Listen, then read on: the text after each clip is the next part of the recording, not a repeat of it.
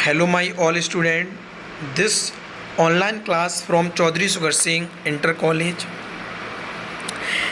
आपको जैसे पता है कि केमिस्ट्री, फिजिक्स, बायोलॉजी तीन पार्ट्स हमारी तीन जो साइंस हैं वो हम क्लास 10 में पढ़ते हैं। तो सबसे फर्स्ट हम बात करते हैं बेटा केमिस्ट्री की। यहाँ केमिस्ट्री में जो यूनिट नंबर फर्स्ट दिया गया है क्लास 10th में, सबसे फर्स्ट जो चैप्टर हमारा है या यूनिट नंबर जो फर्स्ट है हमारी रासायनिक पदार्थ, प्रकृति एवं व्यवहार। तो इस यूनिट में हमारे 5 चैप्टर दिए हैं। तो 5 चैप्टर वो कौन कौन से हैं इनके बारे में अध्ययन करते हैं। सबसे फर्स्ट जो चैप्टर हमारा है वो है रासायनिक अभिक्रियाएं। यानी जब भी हम दो पदार्थों को आपस में कोई भी एक संयोग बनाते हैं, मिलाते हैं, तो उनसे कौन सी अभिक्रिया होती है, उन सभी के बारे में हम इस चैप्टर में अध्ययन करते हैं। सेकंड चैप्टर है हमारा अम्ल, क्षार तथा लवण। यानी जो भी हमारे पदार्थ होते हैं, रासायनिक पदार्थ, उनमें हमारा अम्ल क्या है, क्षार क्या है, लवण क्या है, इसके बारे में अध्ययन करेंगे। थर्ड चैप्टर बेटा है हमारा धातु एवं अधातु। यानी जो भी एलिमेंट आप पढ़ चुके होंगे, जैसे H हाइड्रोजन, O ऑक्सीजन, जैसे Pb एक लेड का होता है, जे Fe लोहा है, C कार्बन है हमारा, Au सोना का होता है। इसी प्रकार से कॉपर आपने पढ़ा होगा, Cu। तो ये सभी हमारे एलिमेंट्स होते हैं, हमारे तत्व होते हैं। तो इनमें कौन धातु है, कौन अधातु है, इनकी प्रॉपर्टीज़ के बारे में पढ़ते हैं।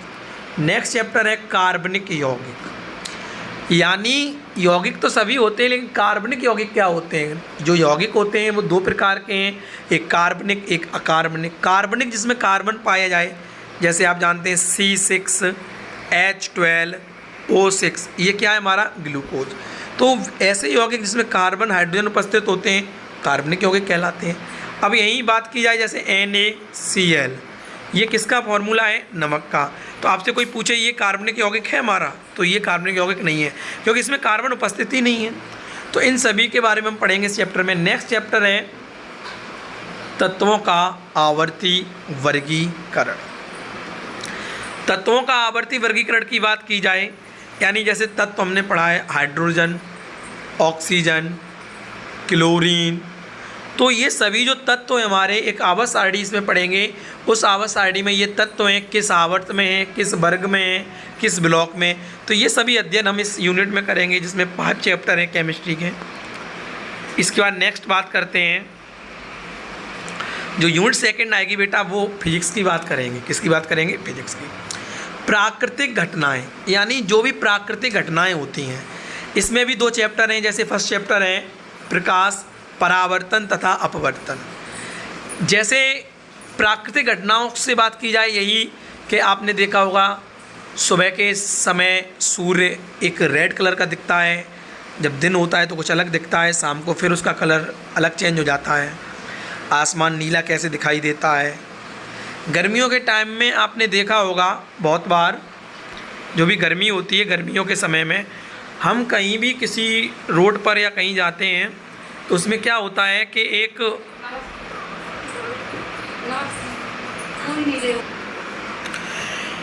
तो प्राकृतिक घटनाएं। अब जैसे परावर्तन, जैसे किसी दर्पण में अपनी हम प्रतिबिंब बनता है, हमारा इमेज बनती है, परावर्तन हो गया। अपवर्तन जैसे पानी वगैरह में हम देखते हैं तो वो हमारा अपवर्तन हो गया। अब बात करें सेकंड की, मानव नेत्र, यानी जो ह्यूमन आई है, इसके बारे में अध्ययन करते हैं। रंग बिरंगा संसार, जैसे आपने देखा होगा बारिश के समय में आसमान में इंद्रधनुष बनता है, तारे टिमटिमाते हुए दिखाई देते हैं। ये सब हम पढ़ते हैं इस चैप्टर में। नेक्स्ट बेटा जो यूनिट नंबर 3 है विद्युत का प्रभाव। विद्युत के प्रभाव की बात की जाए तो इसमें जो 2 चैप्टर हैं, एक तो विद्युत और दूसरा विद्युत धारा के चुंबकीय प्रभाव। यानी विद्युत क्या है, हमारे घरों में जो वायर है या भी जो भी इलेक्ट्रिसिटी है, इसके बारे में अध्ययन करते हैं। विद्युत धारा का चुंबकीय प्रभाव या विद्युत धारा के चुंबकीय प्रभाव, जैसे विद्युत के द्वारा किस प्रकार चुंबक बनती है, वो सभी हम अध्ययन करते हैं। नेक्स्ट पार्ट आता है बायोलॉजी का, यूनिट नंबर 4।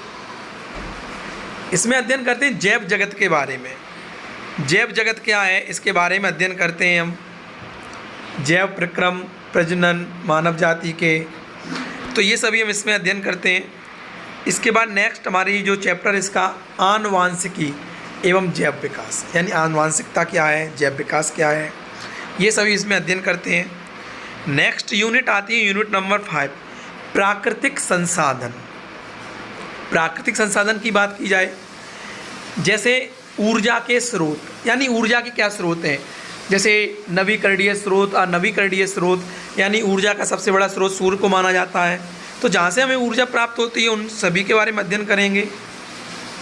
हमारा पर्यावरण, यानी पर्यावरण क्या है, इसके बारे में अध्ययन करेंगे। नेक्स्ट प्राकृतिक संसाधनों का संपोषित प्रबंधन, यानी जो भी प्राकृतिक संसाधन है किस प्रकार से उनका प्रबंध किया जाएगा, इन सभी के बारे में अध्ययन करेंगे।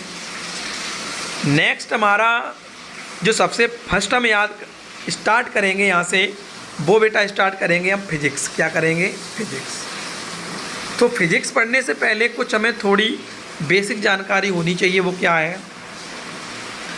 आपसे कोई पूछता है कि भौतिक राशियाँ क्या हैं। भौतिक राशियाँ क्या हैं?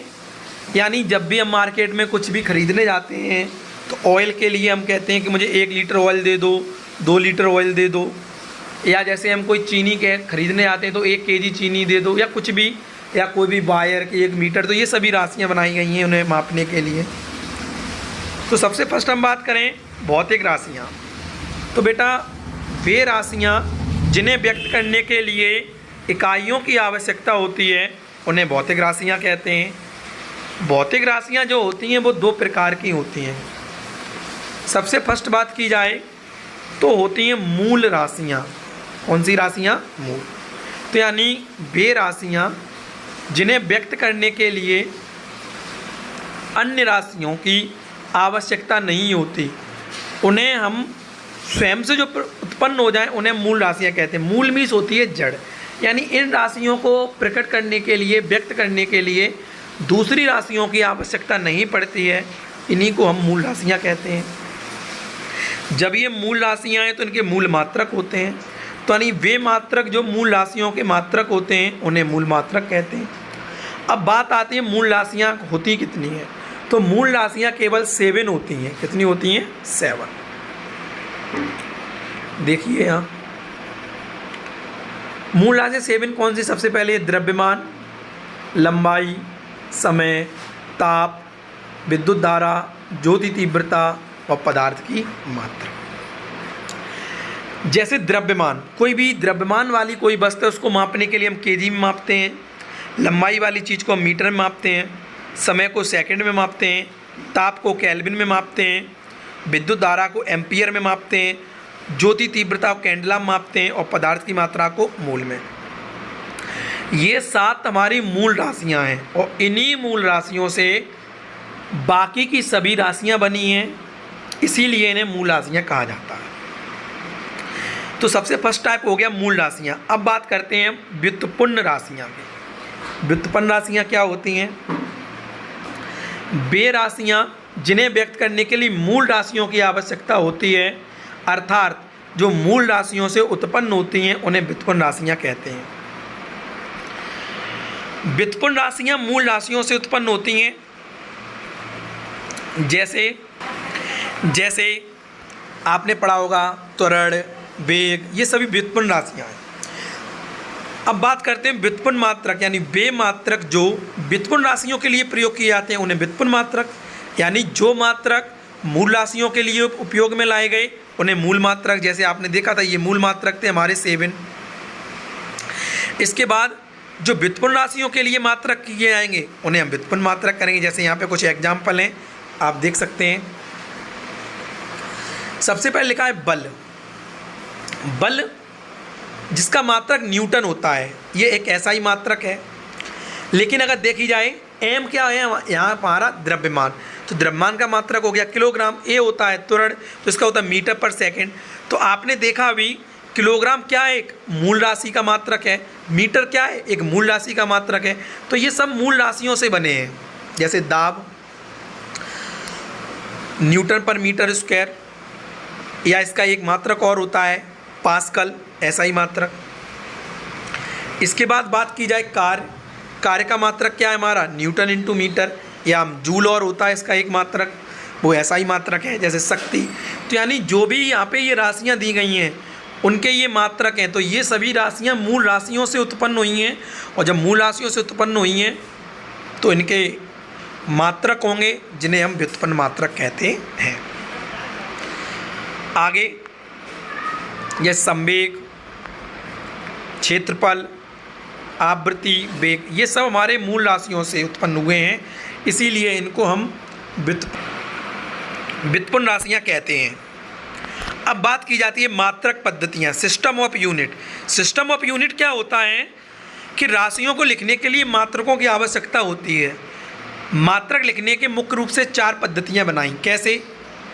जैसे प्रत्येक जगह अलग अलग होता है, जैसे कहीं पद्धतियाँ अलग अलग बनाई गई। सबसे पहले जो पद्धति थी उसका नाम था FPS पद्धति।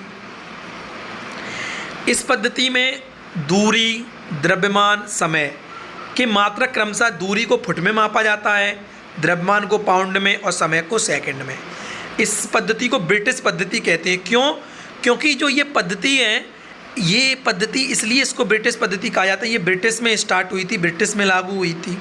तो फुट, पाउंड, सेकंड, इस पद्धति का नाम है फुट पाउंड सेकंड, FPS पद्धति या ब्रिटिश पद्धति।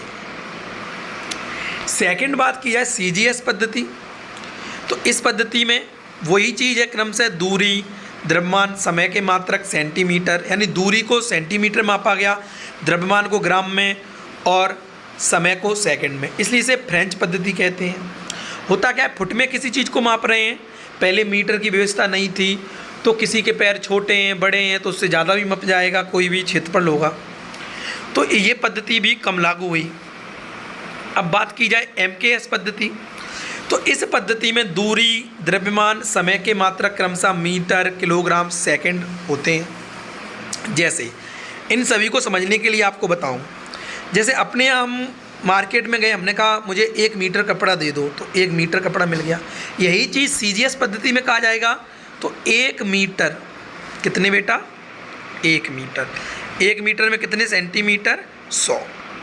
तो 1 मीटर में 100 सेंटीमीटर हैं, तो कितने सेंटीमीटर कपड़ा हमें मिलेगा? 100 सेंटीमीटर। बात वही है, बस पद्धतियाँ अलग अलग हैं। जब इन तीनों पद्धतियों में एक अलग अलग चीज़ मिली, कहीं फुट में, कहीं सेंटीमीटर में, कहीं मीटर में, तो सभी वैज्ञानिकों ने मिलकर एक SI पद्धति बनाई जिसे बोला जाता है इंटरनेशनल सिस्टम ऑफ यूनिट।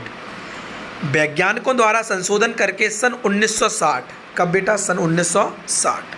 सन 1960 ईस्वी में एक नई पद्धति जिसे इंटरनेशनल सिस्टम, अंतर्राष्ट्रीय पद्धति बनाई, जिसे MKS पद्धति से भी मात्रक लिए गए। जैसे आपसे पूछा जाए बल की SI यूनिट क्या होती है? न्यूटन, क्योंकि बल का नियम न्यूटन ने दिया। ऐसी दाब की SI पद्धति क्या होती है? पास्कल, क्योंकि ये पास्कल नामक वैज्ञानिक ने दिया। तो ये सब पद्धतियाँ बनाई गई, लेकिन SI पद्धति में अधिकतर MKS पद्धति से ज़्यादातर मात्रकों को लिया। तो इस प्रकार से हमारी ये पद्धति बनाई गई बेटा, और इन सभी के बारे में हमें अध्ययन किया।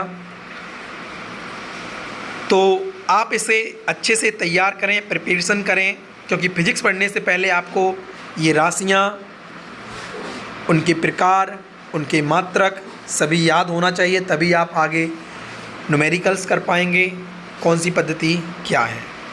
ओके बेटा, ये आपकी ऑनलाइन जो क्लास है चौधरी सुगर सिंह इंटर कॉलेज की संस्था के द्वारा आपको ऑनलाइन क्लास दी जा रही है। तो आप बहुत अच्छे से इसका अध्ययन करें और अच्छे से इसको समझें और याद करें और अपने अच्छे से नोट्स बनाएं। Thank you.